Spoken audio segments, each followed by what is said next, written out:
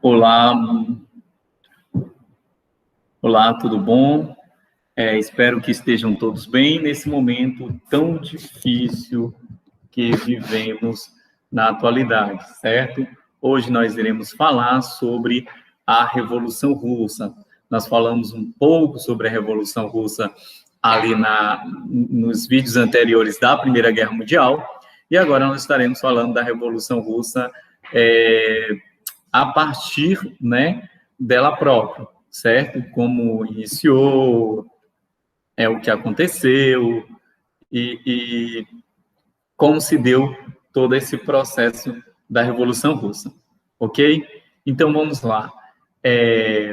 A partir do reinado de Alexandre II, né, começou a se ter na Rússia, começou-se a ver na Rússia o Kiss, ele reinou de 1881 e realizou reformas com o objetivo de mudar, né, o panorama vivido naquele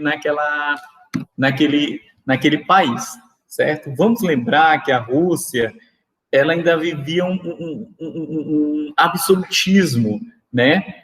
A Rússia ainda tinha o rei da Rússia, né, o czar russo, ele ainda era absolutista. O governo russo, ele ainda era um governo absolutista, e boa parte da população vivia no trabalho sérvio, né? Era uma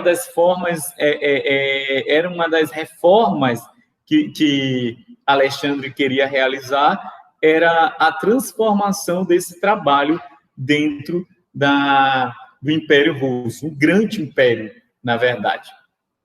Bom, após, né, ele foi sucedido, após sua morte, ele foi sucedido por Alexandre III, o seu filho, que tinha ideias mais conservadoras, né? E Alexandre, que queria, inclusive Alexandre até mesmo promoveu na Rússia o processo de industrialização, que a Rússia, apesar de ser a quinta potência mundial naquele período, mas a Rússia ela não era industrializada. Então, ele procurou promover a industrialização na Rússia, certo?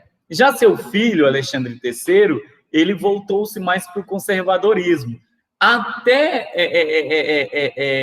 desfazer medidas que Alexandre II tinha realizado, certo? Ele reverteu algumas reformas feitas pelo seu pai. No início do século XX, né, o Império Russo era uma das monarquias absolutistas, na verdade, a única monarquia, talvez, absolutista, ou a monarquia absolutista com maior força, né, com maior destaque, certo? E ela passou a ser governado, né, por Nicolau II. Alexandre, que tinha falecido, né, e o trono passou para Nicolau II. Uma das questões defendida muito para que o Kisa seja um Kisa poderoso, um Kisa bem-sucedido, é que o seu governo ele precisa ter um expansionismo, né? E, claro, Nicolau, ele vai buscar esse expansionismo, né? No século XX, a sociedade russa ela é marcada por contrastes. De um lado, uma rica elite proprietária de terras, e do outro lado, uma sociedade altamente pobre, né? Uma sociedade altamente precária, vivendo situações precárias. Então, é bom a gente compreender isso, né, no governo de Nicolau. Enquanto se tinha uma elite extremamente rica e poderosa, do outro lado, se tinha uma sociedade, vocês estão vendo agora no nosso slide, tinha uma sociedade extremamente pobre, tá? Tinha uma sociedade extremamente oprimida, uma sociedade extremamente como é que eu posso falar para vocês? Uma sociedade extremamente humilhada, né? Explorada, Então, nós olhamos uma sociedade russa pautada em uma miséria absoluta, certo? Se a gente observar essa sociedade russa, nós vamos observar que ela está em uma miséria absoluta, né? Tá certo?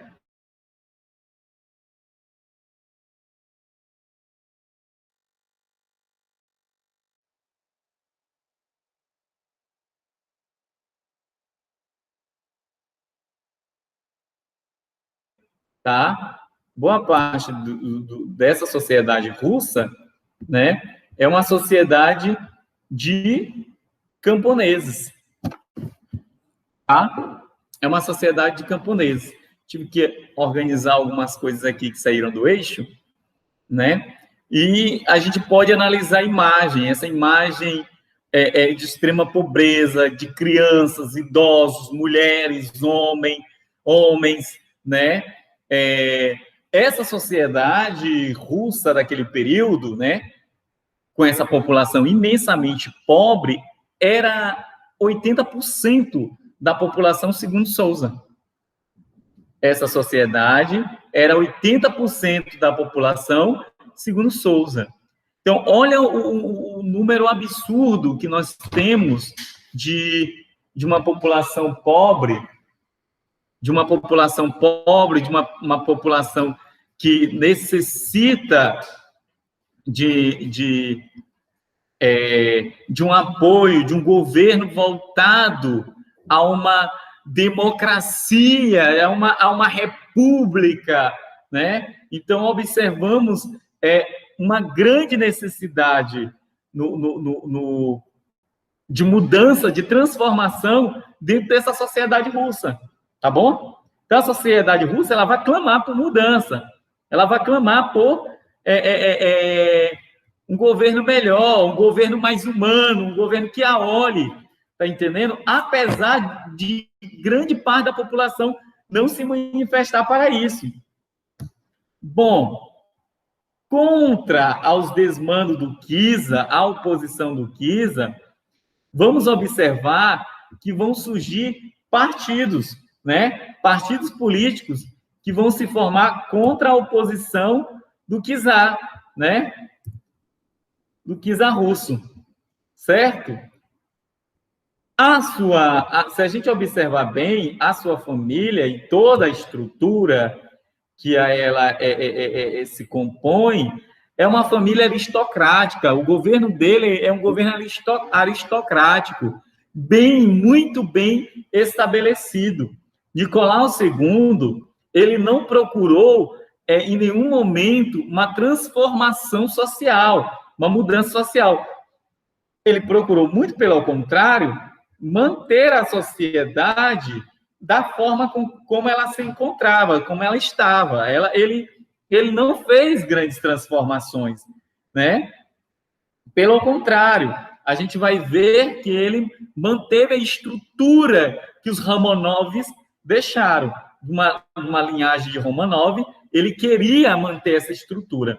A grande preocupação dele era ter um filho, um herdeiro, um filho homem, já que suas primeiras filhas foram mulheres.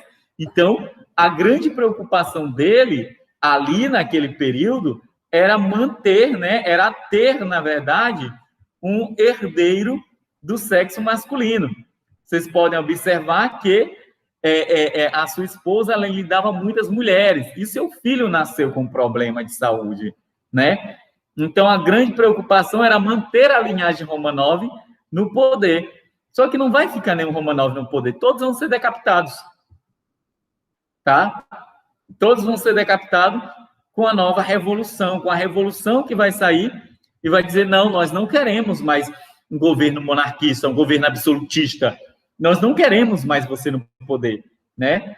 Aí os partidos políticos de oposição vão se formar contra essa família que está no poder, os Romanov. Segundo Souza, diante da situação da penúria a qual o povo vivia, no início do século XX, passaram a ocorrer diversos focos de revolta contra o regime czarista. Além disso, formaram partidos políticos de oposição à monarquia absolutista que proibia manifestações contrárias ao seu governo, não foi capaz de evitar que diversos grupos passassem a fazer campanha contra a política do Kiza e até propusessem a derrubada do governo. Olha só, o Kiza ele não conseguiu controlar a sociedade, né? Ele não conseguiu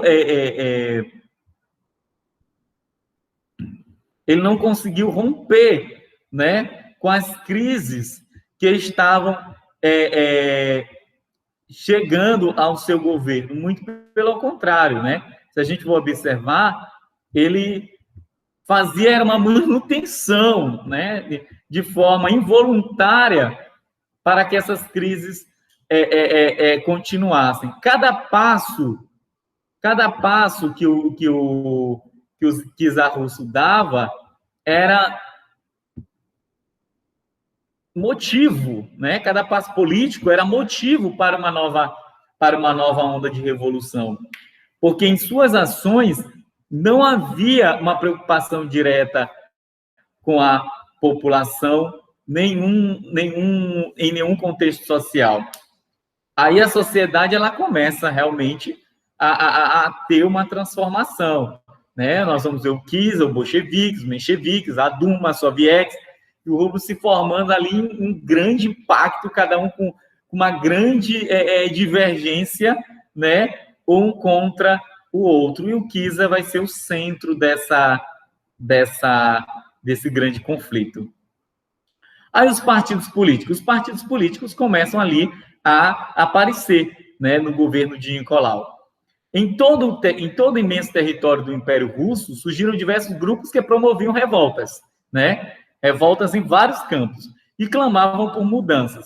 Entretanto, a grande maioria dos manifestantes eram contrários à nobreza ligada à família Romanov, né?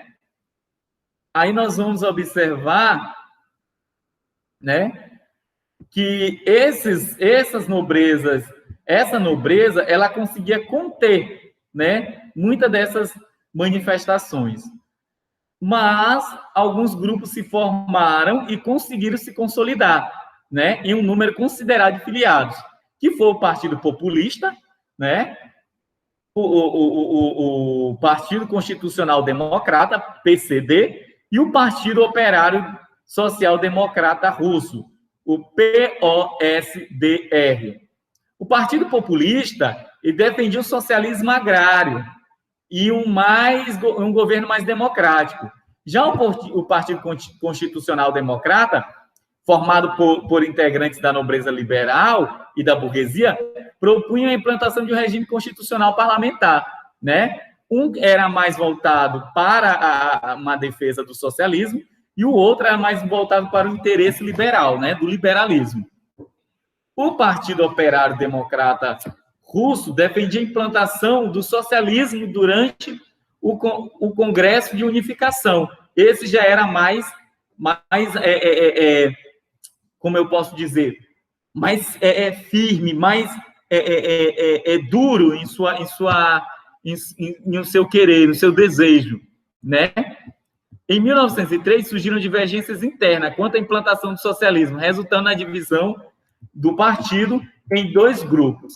Os mencheviques, como eu já falei, liderado por Markov, né? E os bolcheviques, liderados por Lenin, que acreditavam que deveriam forçar o rumo dos acontecimentos revolucionários, promovendo uma revolução socialista. Eles não queriam esperar, eles queriam fazer acontecer e não esperar as coisas acontecerem naquele período, certo? Aí o que nós vamos ter? Nós vamos ter outros motivos para que ocorresse uma revolução contra o Nicolau II. Que revolução seria essa? O que iria acontecer para que viessem ter manifestações contra Nicolau? Bom, gente, não bastando as situações já existente, ele, né, querendo ser um grande imperador, um grande marco da sua história, ele investe em uma guerra, né? Ele investe em uma guerra contra o Japão, né? Ele investe em uma guerra contra o Japão por disputas territoriais, no chamada Guerra Russo-Japonesa, em 1904. Acreditava-se, né, que na verdade, né, o Kisa era induzido que, para ser poderoso, ele precisava ter mais territórios, ele precisava domar mais territórios. E ele tinha interesse naquela região asiática da Manchúria, próxima à Coreia. Então, ele queria dominar, e o Japão também tinha interesse. Uma questão de disputa imperialista, né? Os dois ali estavam em uma disputa imperialista. Então, olha só, a Rússia acreditava que o nacionalismo russo, o imperador acreditava que o nacionalismo russo seria mais alto, falaria mais alto, e ele iria conseguir vencer aquela guerra facilmente e aumentar sua popularidade entre a população. Só que ele não contava que o Japão, ele estava muito bem preparado, tá? Já tinha que parar todo o seu exército. O que acontece é que em 1905 o conflito acaba, né? E o exército oriental, o exército militar do Japão, ele superou a força militar europeia, né? A força militar russa, né? Então acabou que o Japão conseguiu ganhar o exército russo. Com a derrota da Rússia para o Japão, se agravou ainda mais a crise sobre o governo do Kisa, e aumentando a insatisfação popular. No dia 9 de janeiro de 1905, cerca de 200 mil manifestantes se reuniram em frente ao Palácio de Inverno de São Petersburgo para protestar contra o governo de Nicolau. Gente, e o governo de Nicolau, né, ele foi forçado aqui, né, depois disso, aqui vocês estão vendo diplomatas russos com diplomatas chineses, japoneses, acabando fazendo tratados, porque a guerra foi perdida. E o Japão muito queria tratar isso por meio da diplomacia. E acabou que foi a diplomacia que resolveu ali aquela questão, sendo que a Rússia foi derrotada, né? O que levou a um outro episódio, né? A um outro trágico episódio daquele período, né? Porque a população ficou indignada, insatisfeita, né, com o governo do Kisa e foi manifestar, né? E vocês estão vendo aí a imagem do Domingo Sangrento, né? Por quê? Quando eles foram ao Palácio de Inverno, apesar de Nicolau não estar lá, e a família vivia em vários palácios suntuosos, que os palácios russos são suntuosos, né? Nicolau ordenou que os oficiais massacrassem aquela revolução. Com isso, aquele domingo foi marcado, aquele dia foi marcado e conhecido como Domingo Sangrento. Foi sem piedade mesmo, né? As consequências desse conflito, do conflito de 1905, né? Depois do Domingo Sangrento, várias insurreições, greves tomaram a Rússia. Os estudantes, as Forças Armadas, os operários, os camponeses se expressaram abertamente contra o governo do imperador, né? Então ele viu ali que até o exército ali, pessoas ali já estavam insatisfeitas contra o seu governo. Em outubro, aconteceu uma greve geral organizada pelos sovietes e as demais organizações de trabalhadores. Alguns historiadores afirmam que esse movimento caracterizou a primeira Revolução Russa, né? A primeira fase da Revolução Russa. Para tentar conter os ânimos, em abril de 1906, o Kisa Nicolau II atendeu algumas reivindicações populares e promulgou a Constituição e a convocação das eleições gerais para o parlamento russo, que é chamado de Duma, objetivando discutir e propor reformas políticas na Rússia. Contudo, a Duma teve função limitada, sem grande poder de decisão sobre o governo, né? Pois seu papel era apenas de ser consultada pelo Kiza quando assim ele desejasse. Além disso, a maior parte dos grupos políticos que compunham a Duma era formada por pessoas pertencentes à elite russa, que era a aristocracia, que era pessoas aristocratas, como poucos industriais e muitos proprietários de terras. A agitação popular marcou a Rússia até 1914, quando tanto que os conselheiros de Nicolau não recomendaram a participação da Rússia na Grande Guerra, né? Então, ele foi advertido para não ir à Grande Guerra, mas ele foi. E soldados,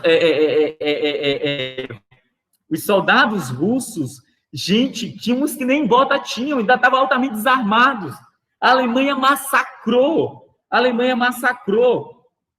Milhares de camponeses só no processo da Revolução Russa morreram. Na guerra de 1917 a 1918, morreram. Uns pela defesa de Nicolau, outros pela defesa pela Revolução, uns pelo Exército Branco, outros pelo Exército Vermelho. E, pior ainda, na guerra, tiveram muitos que foram mortos pela Alemanha, porque estavam despreparados. A Rússia altamente despreparada. Nicolau já tinha visto a Rússia despreparada na guerra contra o Japão, mas ele insistiu nessa guerra, né, aliado à Sérvia. Em 1914, ao eclodir a guerra, ele envia soldados, né, muito mal equipados para lutar ao lado da França e Inglaterra. Lembrando que a Inglaterra estava extremamente preparada para isso, né? O exército russo passou a convocar a população masculina produtiva para lutar ou apoiar financeiramente a organização do exército. Dessa forma, gente, houve um déficit enorme de produção de alimentos e de outros gêneros de primeira necessidade, o que ficou ainda mais comprometida a situação da Rússia. Veio frio, veio aquele frio russo que é gigantesco, agravou a fome, a miséria da população, o negócio ficou pior do que já estava, né? Em um relato diz o seguinte, né, de Jean-Jacques Mérieux: desde o final de junho, um número cada vez maior de soldados se recusa a obedecer aos oficiais e começa a desertar maciçamente. Os camponeses soldados queriam a terra há muito tempo, e a partir de junho de 1917, centenas de milhares deles deixam as trincheiras, depõem a baionetas e voltam para o seu vilarejo para dividir os bens dos grandes proprietários. Para esses desertores, assim como para os soldados que ficaram nas trincheiras, a paz é a única garantia de participar da divisão da terra. Indiferentes aos objetivos da guerra, os camponeses começam a tomar as terras dos grandes proprietários e frequentemente queimam mansões com seus livros, quadros, pianos, quebram até mesmo os equipamentos.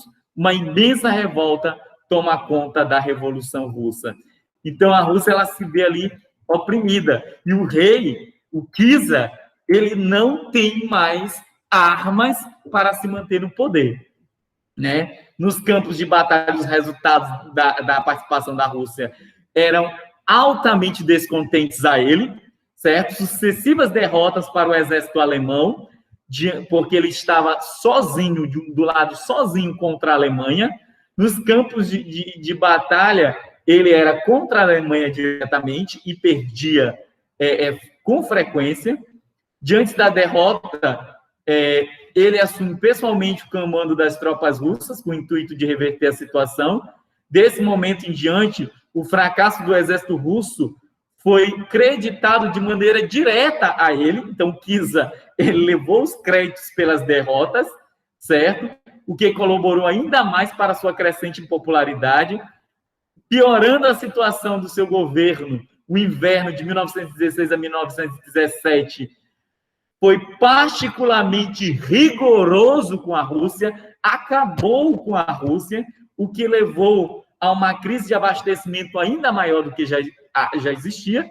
Enquanto o conflito mundial ocorria, membros da Duma e do Alto Exército solicitaram a abdicação do Kizar. E quem iria reinar em seu lugar, né? Aí nós entramos em um outro conflito, em uma outra situação ainda maior. Quem vai reinar no lugar do Kizar? Com a solicitação da abdicação do Kizar, inicia-se as revoluções de 1917, que a gente irá ver na próxima aula. Deixe o seu like, curta o nosso canal, um forte abraço, até a próxima aula. Obrigado, pessoal, e vamos lembrar que devemos usar máscara sempre, ter cuidado, né? Cuidados são extremamente necessários, vamos ter que agora tomar esses cuidados com muita frequência, né? E esperar que Deus abençoe, que tudo passe e que a gente possa ter um aprendizado enorme com essa situação. Deus abençoe e até a próxima aula.